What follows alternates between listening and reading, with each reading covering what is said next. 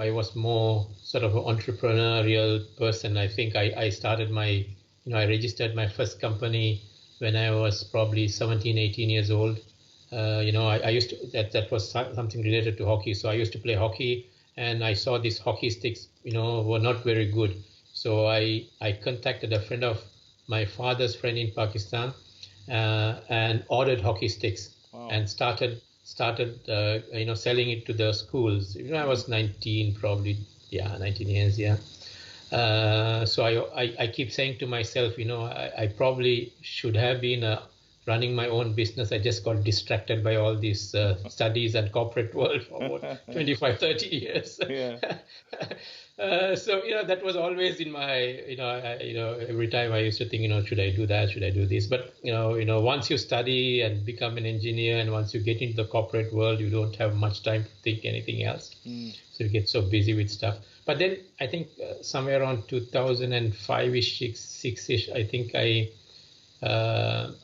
doing very well in my corporate world. But I think few things happened. I started taking a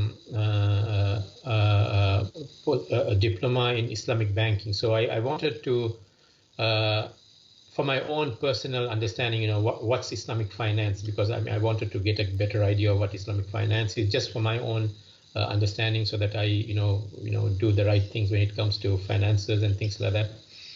So that was on one side. Then I was, I used to travel from the time that I left Sri Lanka for studies. I used to travel a lot. And then in my corporate world, I traveled quite a lot. Covering many countries in this part of the world, even when I was in France and China. So, and traveling as a Muslim, as a decently practicing Muslim, you find difficulties at that time. You're talking now almost 20 years ago, right? It was not as good as even now. Now it's also a challenge, but not, it was much bigger challenge, 20 years ago. And I sort of, slowly realized, look, we are struggling as Muslims, when we travel. The industry doesn't understand our requirements, our needs. So that was going on one end. And on the other side, I was also now taking this diploma in Islamic banking, which sort of came together. Then I realized, look, people are trying to solve problems of Muslims, from food, from finance. So maybe I should do something in trying to solve problems of Muslims when it comes to travel. So that was the inspiration. People ask me, how did you become an entrepreneur? How did you, start up? I keep telling them, I really didn't know the word entrepreneur. I didn't know the word startup. I just wanted to solve this problem. And I actually learned what entrepreneurship or what startup is way after that. Amazing.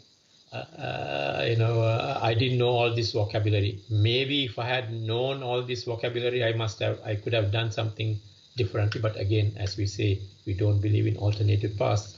But that happened to be that way, and alhamdulillah, here we are. Alhamdulillah.